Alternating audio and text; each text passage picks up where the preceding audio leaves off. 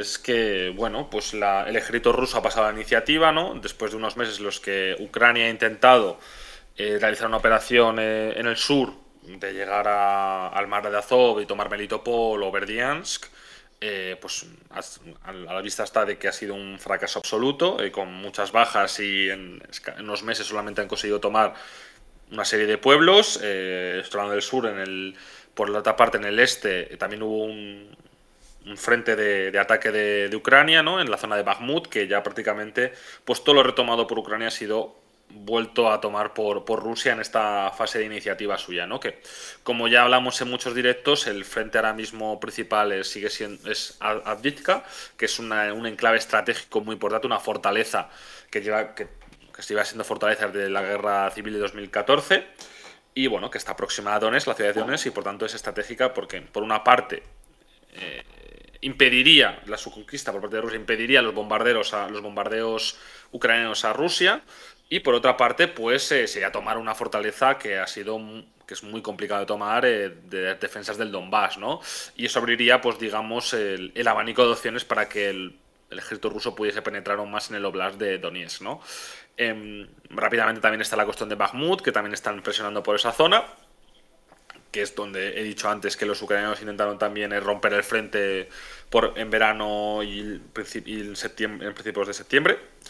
Y bueno, la cuestión principal ahora mismo está en el hecho de que Occidente está siendo incapaz de volver a retomar la ayuda a Ucrania. Una ayuda que es, recordemos, fundamental para el esfuerzo de guerra ucraniano.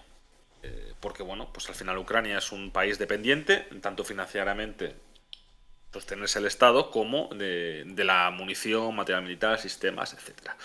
¿Y qué es lo que está pasando? La última hora de ahora, perdón por la redundancia, es que, bueno, pues el Senado estadounidense ha bloqueado el paquete de ayuda que pretendía aprobar la administración Biden. Esos eran 60 y pico millones, 60.000 millones de dólares, que estaban divididos entre 50.000 millones para Ucrania y creo que eran 14.000 o un poquito más, no sé, para Israel. Y bueno, han sido bloqueados por los republicanos en el Senado. eh, y eso pues hace ver que a lo mejor hasta después de 2024 pues no se va a poder aprobar un paquete nuevo de ayuda a Ucrania, lo cual es fatal para los esfuerzos de guerra ucranianos, como digo, porque están sufriendo grandes escasez de munición, sobre todo de artillería y otros sistemas importantes, ¿no? La cuestión es que los republicanos están ahora mismo, bueno, defendiendo de que para que aprobar ese paquete de ayuda a Ucrania, están exigiendo a Biden que se refuerce el control en la frontera sur con México, ¿no? De inmigración, básicamente. Y bueno, eso es lo que están defendiendo. Sabéis que está por parte la Cámara del Senado y la Cámara del Congreso, ¿no? Pues ni tampoco por el Senado pues pueden aprobarse, ¿no? Y de momento hay un bloqueo total en Estados Unidos, aparte de cada vez más llamamientos dentro del Partido Republicano a que pues la guerra de Ucrania, pues básicamente que Estados Unidos no se implique tanto en el envío de ayuda a Ucrania, para favorecer por otra parte la cuestión interna y por otra parte pues el apoyo a Taiwán, ¿no? En este caso, o a Israel. Y por otra parte tenemos la cuestión de la Unión Europea, que no solamente está la cuestión de que Orbán está bloqueando también otro paquete de ayuda a Ucrania, que de hecho hoy, bueno, creo que, no creo que ha viajado a Hungría, no sé si ha bajado a Hungría, ha sido Orbán quien ha bajado a Francia, no lo tengo muy claro, pero bueno, están reunidos Orbán, el primer ministro húngaro, y el presidente Macron, el presidente francés Macron, para intentar, bueno, pues Francia intentar desencallar el veto de Hungría por una parte, a ese paquete de ayuda y por otra parte, el comienzo de la adhesión, el proceso de adhesión de Ucrania a la Unión Europea, ¿no? Que sabéis que es un país candidato, ¿no? Y bueno, el problema para la Unión Europea no es solamente Hungría, es por otra parte otro Estado miembro que es Eslovaquia, que como recordemos hubo elecciones hace poco y Robert Fico es el líder del país, que como ya hemos explicado, pues ha prometido que no va a volver a aprobar ningún paquete de ayuda a Ucrania por el tema de la corrupción. Luego que tenemos también la cuestión de Países Bajos, que ha ganado la extrema derecha, y la extrema derecha pues tampoco parece reticente a seguir aprobando también ayuda a Ucrania. Más problemas para la Unión Europea y para Ucrania exactamente. la cuestión de Alemania. Alemania ahora mismo está teniendo dificultades para aprobar su presupuesto o partidas de presupuesto. ¿Por qué? Porque ellos se impusieron una serie de leyes, de unas reglas fiscales que son bastante restrictivas, ¿no? Y la cuestión es que, por diversas cuestiones, pues aprobar, digamos, esa ayuda a Ucrania, pues hace que se rompan esas leyes, esa fiscalidad, esa austeridad, ¿no? Que nosotros sabemos muy bien en España que nos impusieron los alemanes, pues bueno, pues una de las cuestiones también que está impidiendo esa ayuda, ¿no? A Ucrania.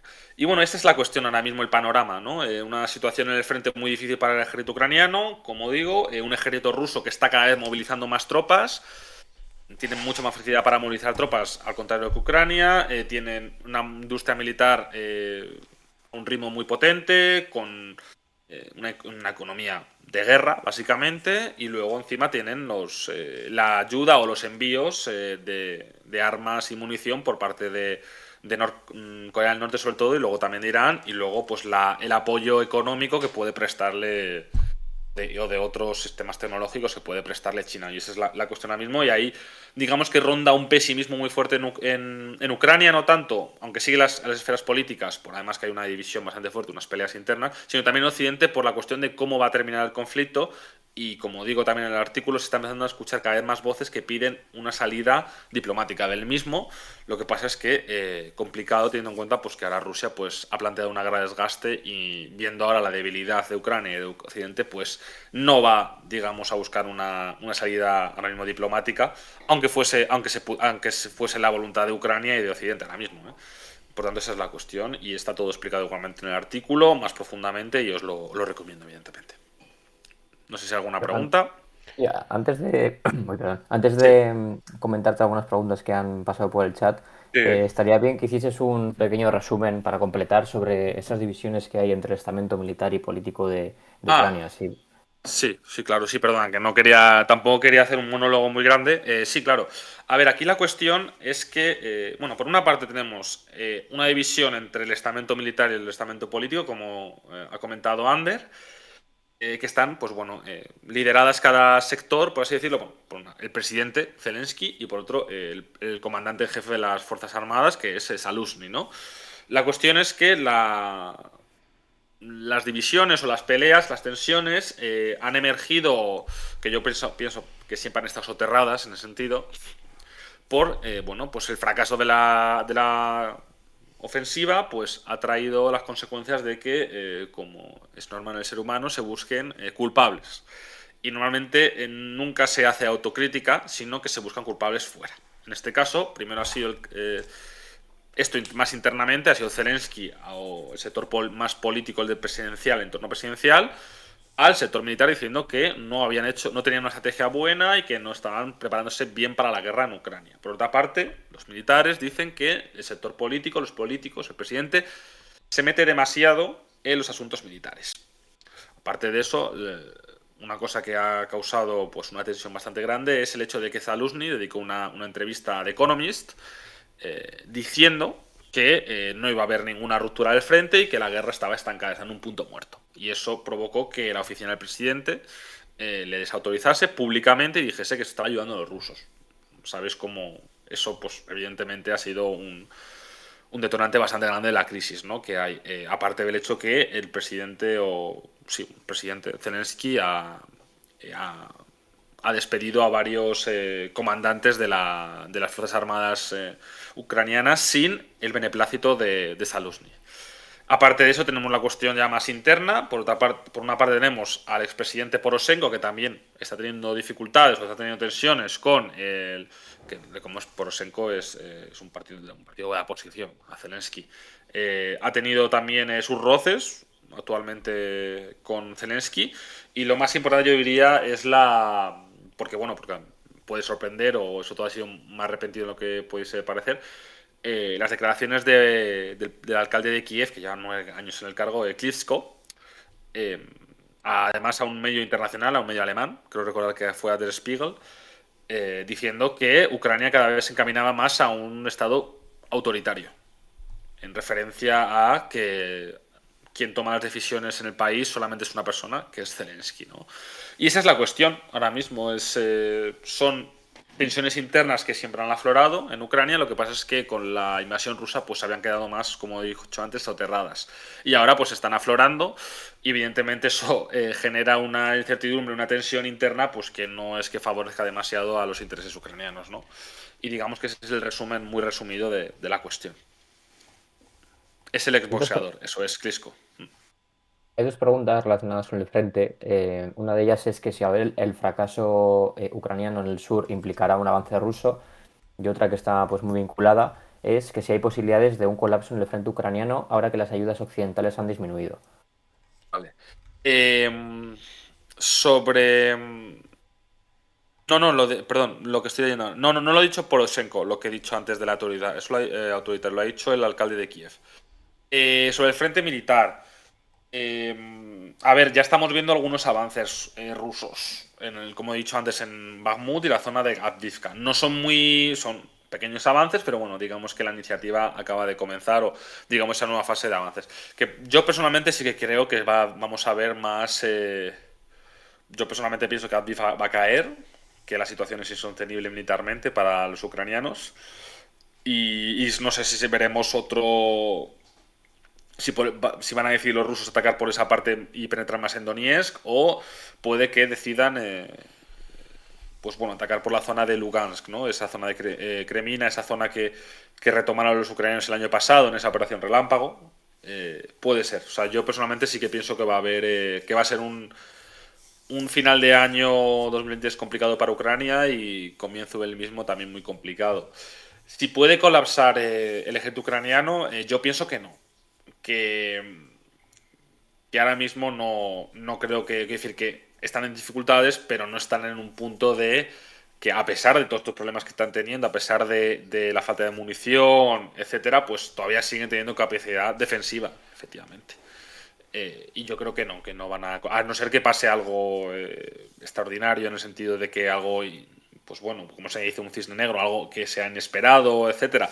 Yo pienso que no, yo pienso que en caso de que produjese sería una cuestión más a medio plazo, medio incluso largo plazo, porque yo pienso que sí que se van a ir aprobando ayudas a Ucrania, quizás no tan grandes como se quieren aprobar, pero sí que algo para que el esfuerzo de guerra ucraniano por lo menos se sostenga en el tiempo, aunque ya no será lo mismo que antes, no tendrán a lo mejor la capacidad para realizar operaciones ofensivas.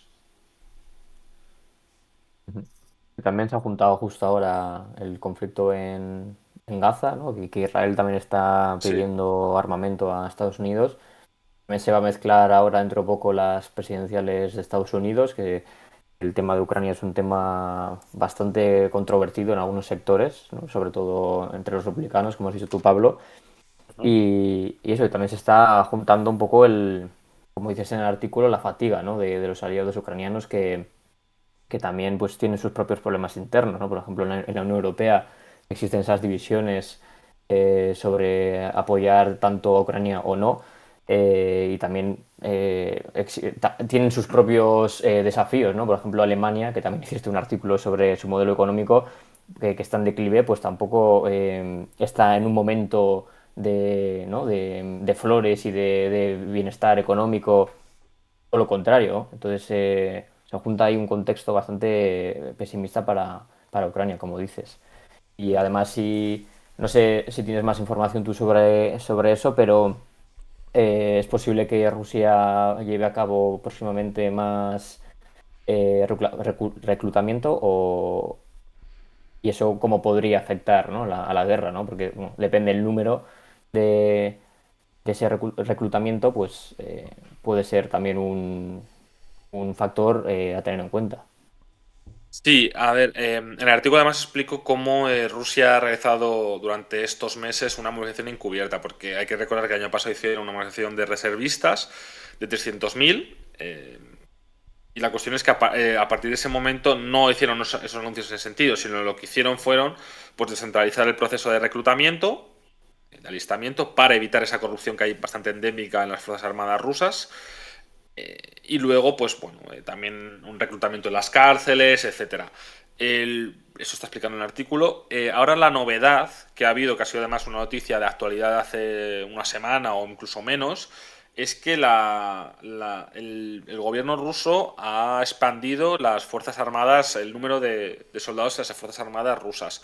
Hemos pasado de un límite de 1,7 millones, creo recordar, a 2 millones. Es decir, estamos hablando de, creo que eran prácticamente más de 200.000 soldados en las Fuerzas Armadas. ¿Eso qué quiere decir? Que esos 200.000 soldados hay que reclutarlos.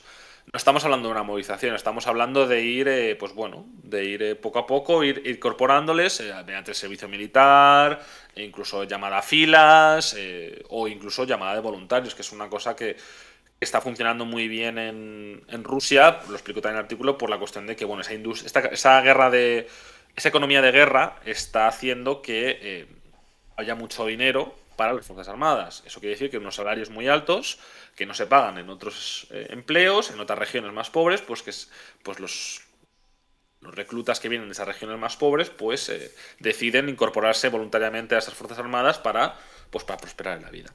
Yo creo que es algo que hemos visto siempre a lo largo de la historia. Y sí, efectivamente, ya estamos hablando de 2 millones. Yo diría además que actualmente son los rusos los que tienen superioridad numérica, que eso yo creo que no lo hemos visto en un momento en la guerra.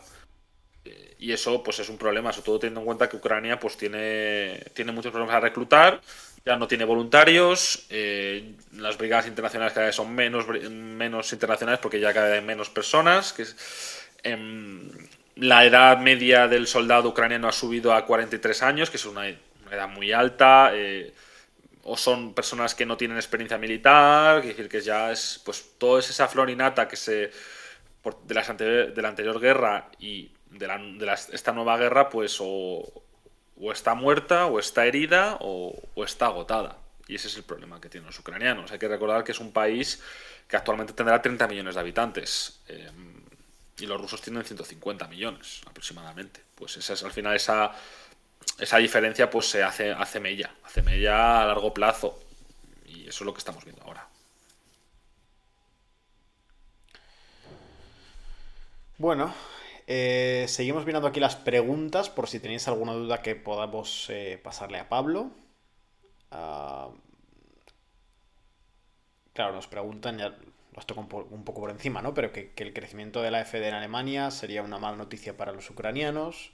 Sí, es otra de las Eh, cuestiones que hablo, de hecho, en el artículo de Alemania, que la inestabilidad política interna, no solamente por el desgaste del gobierno de coaliciones, el gobierno de semáforo, se une a que Alternativa por Alemania está creciendo muchísimo. Sobre todo en el este de Alemania, eso tiene que ver sobre todo por un sentimiento de agravio, ¿no? Tras la reunificación, ¿no? De que esa zona pues ha sido olvidada por las élites en Alemania, pues ahí es donde pues, es su coladero de votos, ¿no? La Alternativa por Alemania. Luego está la cuestión del nuevo partido que se ha escindido dentro de Die Linke, de la izquierda alemana, ¿no? Que es una izquierda más conservadora social, pero también internacionalmente pues más seguidora bueno, no seguidora de Rusia, yo diría que es anti-OTAN. Y eso evidentemente problemas para Alemania, perdón, para Ucrania.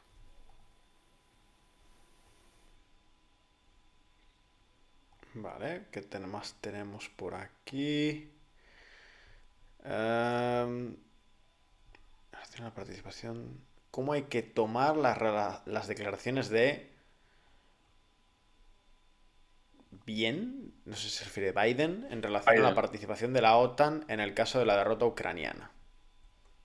Será Biden, entiendo. Yo no creo que haya dicho nada parecido a que la OTAN deba participar en nada. De hecho, creo que ha sido un mensaje muy uniforme desde el inicio de la guerra por parte de Estados Unidos, sobre todo el secretario general de la OTAN, que al final, bueno, pues habla por la alianza, que la OTAN no iba a intervenir directamente en el conflicto.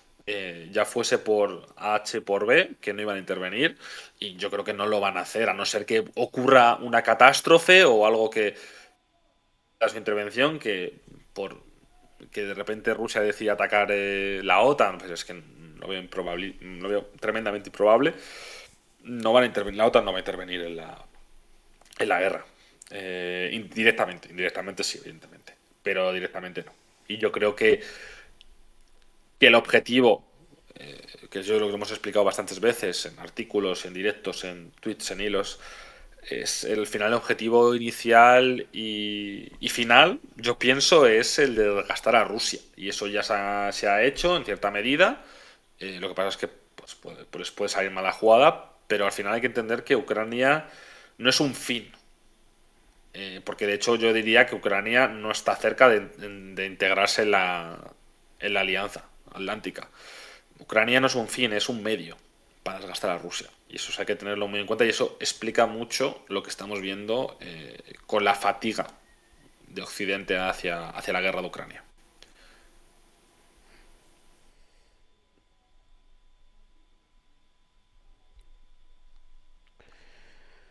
Bueno, no parece que haya mucha más pregunta. Bueno, pues lo podemos dejar aquí. Si yo, de todas maneras, pues si lo dijo, no creo que vaya a ocurrir. O sea, lo dudo muchísimo. O sea, eso no. Sería romper toda la política exterior y no. Para empezar, Biden, como he dicho Ander antes, se va a enfrentar a unas elecciones. Unas elecciones que van a ser muy reñidas y ese discurso no va a funcionar en absoluto.